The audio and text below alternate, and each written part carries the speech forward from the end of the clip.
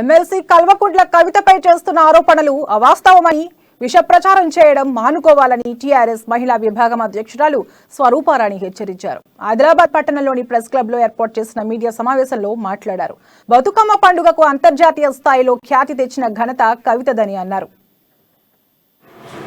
BJP వాళ్ళు ఇచ్చినటువంటి మాటలు కవితక్క గారిపై, ఈరోజు ఎమ్మెల్సీ కవిత గారిపై బీజేపీ నాయకులు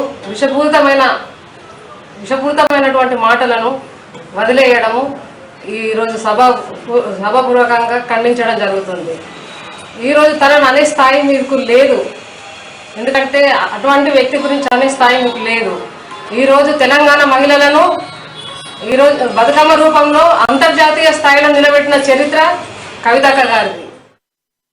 బీజేపీ వాళ్ళు ఇచ్చినటువంటి మాటలు కవితక్క గారిపై, ఈరోజు ఎమ్మెల్సీ కవిత గారిపై బీజేపీ నాయకులు